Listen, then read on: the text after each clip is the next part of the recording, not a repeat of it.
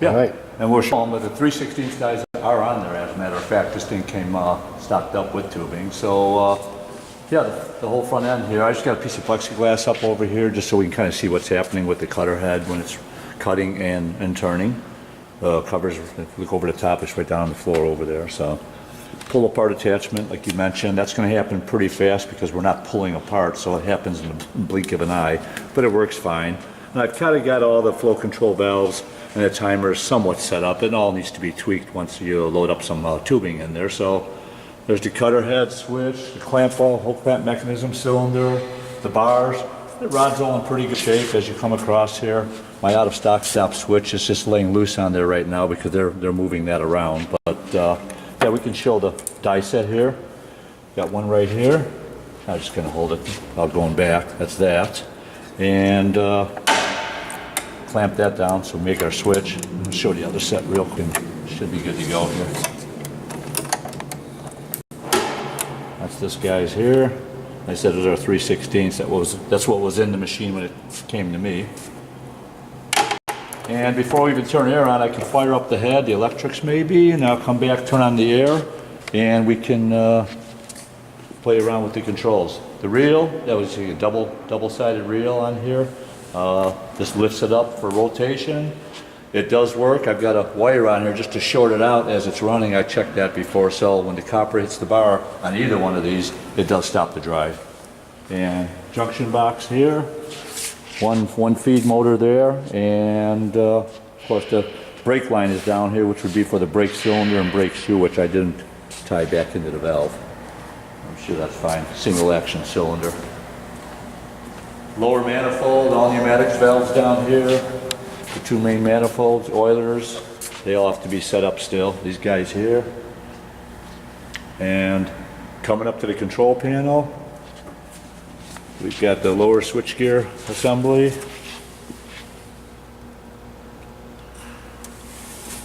And standard controls with the microprocessor. You can kind of see all this. We'll go over that in a second. The processor, I can kind of page through it here a little bit. I'm on batch counter 0 because I ran the batch out. Feed counter, pieces per minute we're not running. So batch set point, we go up to 130 pieces. It'll shut off on its own.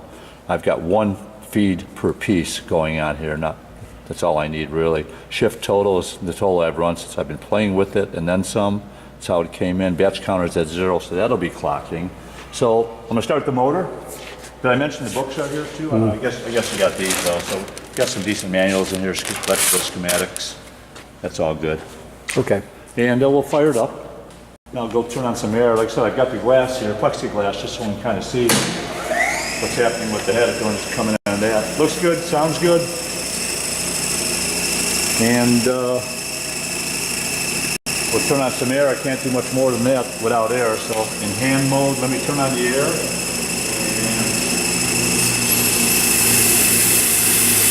And in hand, we can go reverse feed, which will basically just bring on the uncoiler. You turn that on, sends the cylinder forward, that's taking off. And I can slow that down or speed it up right off the pot here. That's going pretty slow. And that's going pretty fast. That's about 50% there. So we'll leave that go. Go back to the standard reverse operation, reverse feed. Extend pull apart. It's going to be right here. And that's going to happen pretty fast because we're not pulling apart anything here. We're cutting here. That's that. And here's cutoff. If you stay right in there, I'm just going to send the cutoff in manually, which is all set up off of this guy here, which is still loose, which is the proc switch, which tells it how far in for the cutters to go. I've just kind of ballparked it. Now if I hold it,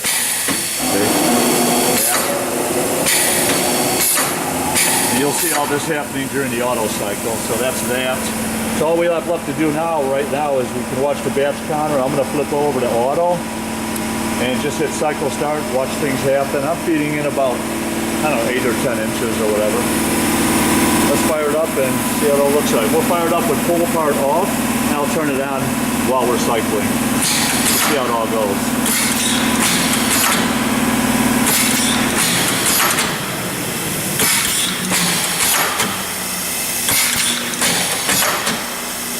Counting up. And now I'll turn on pull apart right here. And it'll happen quick, but really quick. That would take a lot longer if we had tubing in there.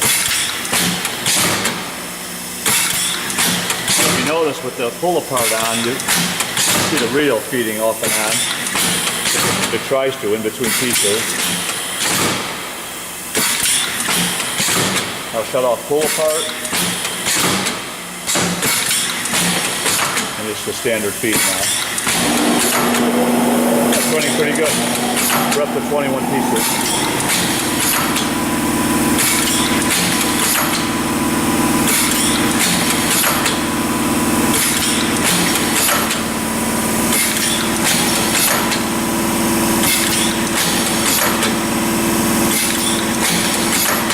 Should have set it for a lower number we just cut out earlier.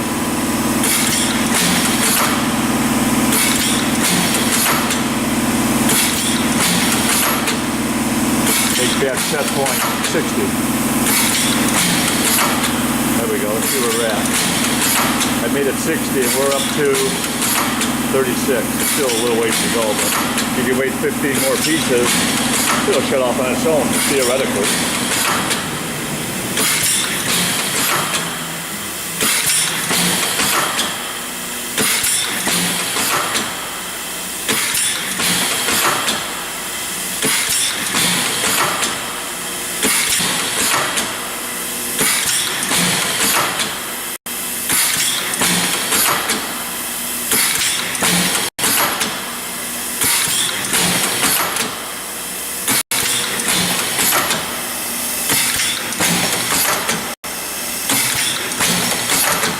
Eight more to go.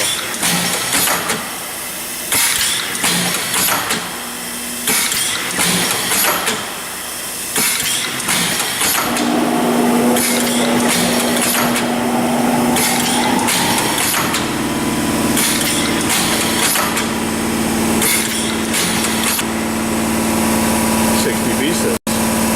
That works well. And shut off the air.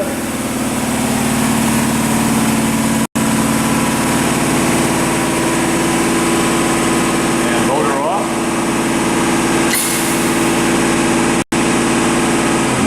Air off. Pretty much it. And this would go down otherwise. That's kind of how it looks here.